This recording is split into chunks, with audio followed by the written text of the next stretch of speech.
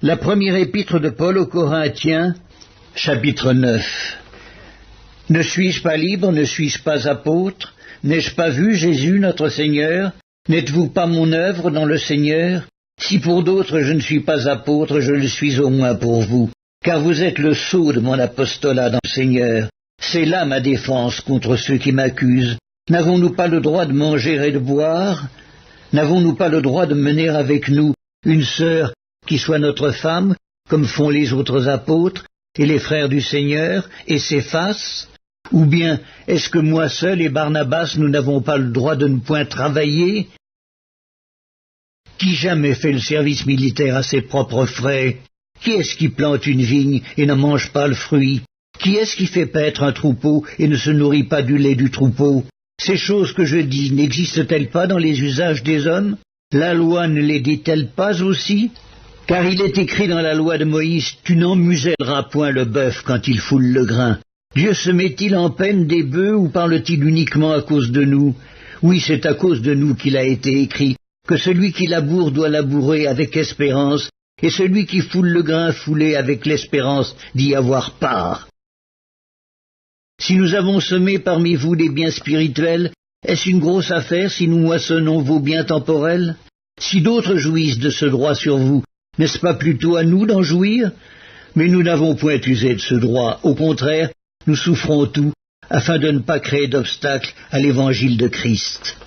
Ne savez-vous pas que ceux qui remplissent les fonctions sacrées sont nourris par le temple, que ceux qui servent à l'autel ont part à l'autel?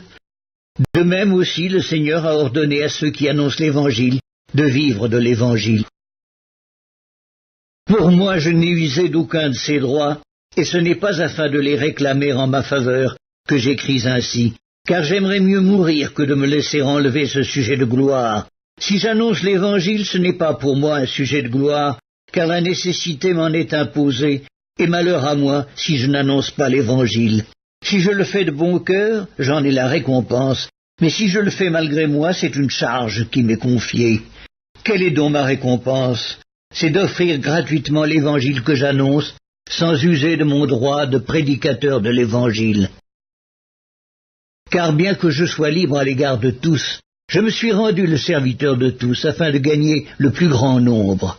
Avec les Juifs, j'ai été comme Juif, afin de gagner les Juifs. Avec ceux qui sont sous la loi, comme sous la loi, quoique je ne sois pas moi-même sous la loi, afin de gagner ceux qui sont sous la loi. Avec ceux qui sont sans loi, comme sans loi, quoique je ne sois point sans la loi de Dieu, étant sous la loi de Christ, afin de gagner ceux qui sont sans la loi. J'ai été faible avec les faibles, afin de gagner les faibles. Je me suis fait tout à tous, afin d'en sauver de toute manière quelques-uns. Je fais tout à cause de l'Évangile, afin d'y avoir part. Ne savez-vous pas que ceux qui courent dans le stade courent tous, mais qu'un seul remporte le prix? Courez de manière à le remporter. Tous ceux qui combattent s'imposent toute espèce d'abstinence, et ils le font pour obtenir une couronne corruptible.